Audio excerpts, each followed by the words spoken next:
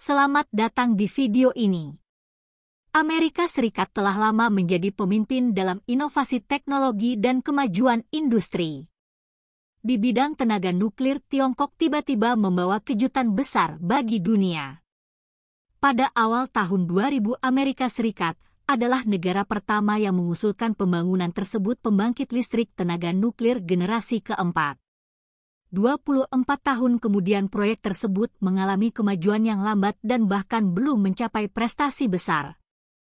Tetapi pada tahun 2023, Tiongkok menyadari rencana yang gagal direalisasikan oleh Amerika Serikat dan berhasil mengembangkan pembangkit listrik tenaga nuklir generasi keempat dan memasukkannya ke dalam penggunaan komersial. Tiongkok telah berubah dari negara terbelakang menjadi salah satu negara dengan kekuatan nuklir di dunia. Transformasi yang cepat ini mengejutkan semua negara barat. Pada tahun 1950-an Tiongkok baru saja mulai mengeksplorasi bidang energi nuklir tetapi diasingkan oleh barat karena teknologinya yang terbelakang. Namun setelah pembangunan selama beberapa dekade, Tiongkok telah membangun sistem industri energi nuklir yang matang. Sejauh ini Tiongkok telah memiliki 53 unit pembangkit listrik tenaga nuklir yang beroperasi secara komersial dengan total kapasitas terpasang sebesar 55,6 juta kilowatt menduduki peringkat pertama di dunia. Hal ini menunjukkan bahwa Tiongkok telah menjadi salah satu kekuatan tenaga nuklir di dunia.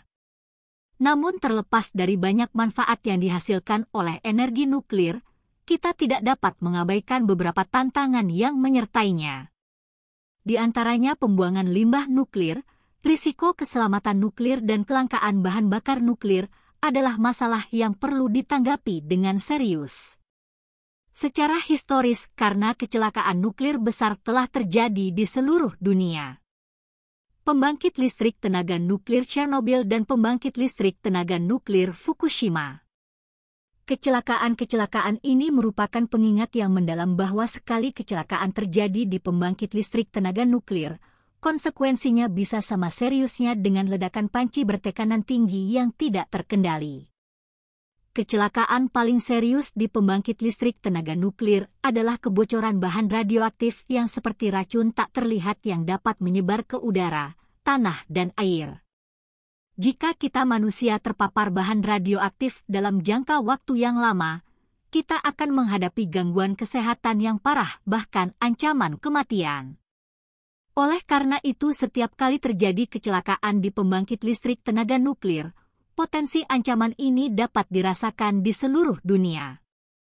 Namun dalam menghadapi potensi risiko kecelakaan energi nuklir, komunitas ilmiah global tidak memilih untuk mundur, melainkan menjadi lebih aktif terlibat dalam penelitian teknologi energi nuklir yang lebih aman dan efisien, khususnya pengembangan generasi keempat. Teknologi pembangkit listrik tenaga nuklir pada awal tahun 2000 Departemen Energi AS memimpin dan bergabung dengan Perancis, Inggris, Jepang dan negara-negara lain untuk mempromosikan penelitian dan pengembangan teknologi energi nuklir generasi keempat. Negara-negara ini bahkan telah membentuk organisasi internasional yang keempat, Generasi Energi Nuklir Forum Internasional. Forum ini mempertemukan negara-negara barat yang paling kuat di bidang energi nuklir dan pengembangan teknologi energi nuklir di masa depan hampir dikendalikan oleh mereka. Tetapi yang tidak diharapkan oleh siapapun adalah bahwa setelah lebih dari 10 tahun kerja keras, Tiongkok telah berubah dari yang lamban dalam teknologi energi nuklir generasi keempat menjadi pemimpin. Apa yang terjadi pada bulan Desember 2023? Tiongkok mengumumkan pencapaian terobosan kepada dunia pembangkit listrik tenaga nuklir generasi keempat pertama di dunia. Secara resmi dioperasikan secara komersial di Provinsi Shandong, berita ini menarik perhatian masyarakat internasional. Sejauh yang saya tahu, kapasitas terpasang pembangkit listrik tenaga nuklir ini adalah 200.000 kilowatt dan tingkat lokalisasinya mencapai 93,4%. Sebelum melanjutkan lebih jauh, beritahu kami apakah Anda menyukai video ini. Jika ya, silakan klik suka dan bagikan, dan mari kita lanjutkan. Untuk mengembangkan pembangkit listrik tenaga nuklir generasi baru ini, Tiongkok tidak hanya menghabiskan 8 miliar dolar tetapi juga berlangsung selama 11 tahun dan menghimpun partisipasi lebih dari 500 perusahaan.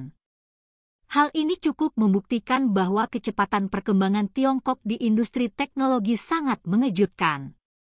Menariknya, dalam beberapa dekade terakhir Tiongkok sebagian besar mengikuti tren internasional di bidang tenaga nuklir bahkan generasi ketiga.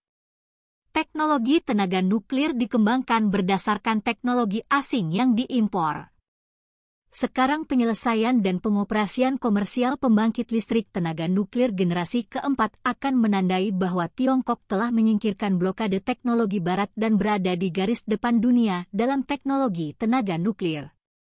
Apa kelebihan pembangkit listrik tenaga nuklir generasi keempat yang dikembangkan di Tiongkok dibandingkan dengan teknologi tenaga nuklir tradisional?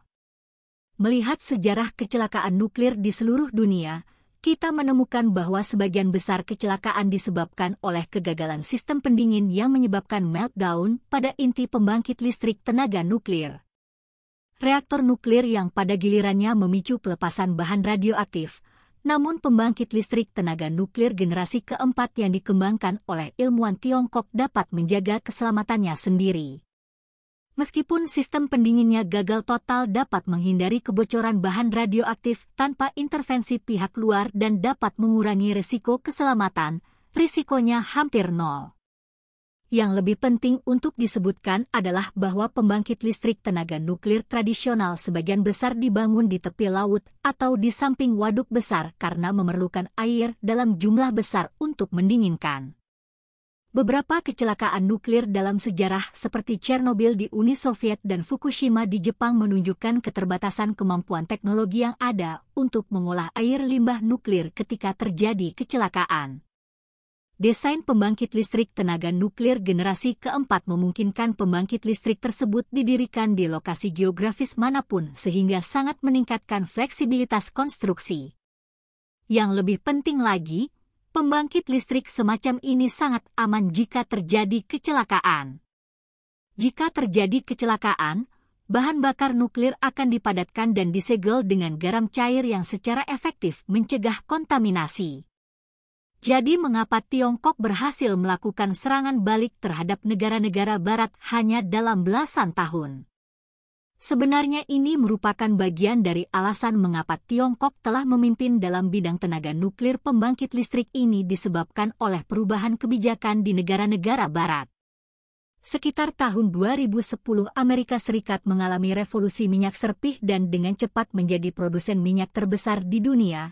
Kemudian fokus energi Amerika Serikat beralih ke industri perminyakan dan pengembangan bidang energi nuklir melambat.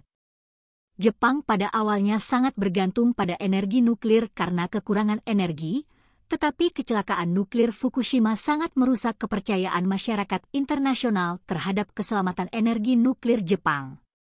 Setelah kecelakaan nuklir 10 dari 15 pembangkit listrik tenaga nuklir Jepang terpaksa ditutup yang mengakibatkan kerugian bagi Jepang.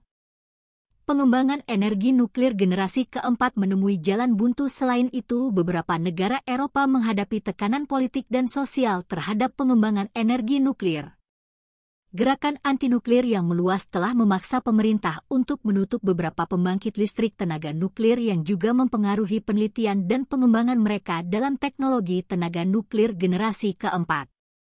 Berdasarkan faktor-faktor ini, Barat semakin sedikit berinvestasi dalam pengembangan energi nuklir. Sebagai salah satu konsumen energi terbesar di dunia, Tiongkok harus melakukan yang terbaik untuk meneliti energi nuklir yang lebih maju dan lebih aman. Hal ini memungkinkan Tiongkok untuk mengembangkannya di dalam waktu singkat. Lebih dari 10 tahun telah melampaui Barat dan menjadi pemimpin di bidang ini. Bagaimana pendapat Anda mengenai video ini? Jika Anda punya pendapat, silahkan tuliskan pendapat Anda pada bagian komentarnya. Dan jika Anda suka dengan video ini, silahkan klik like dan subscribe. Dengan begitu kami akan membuat video lainnya untuk Anda semua. Terima kasih dan sekian dulu dan sampai jumpa di video berikutnya.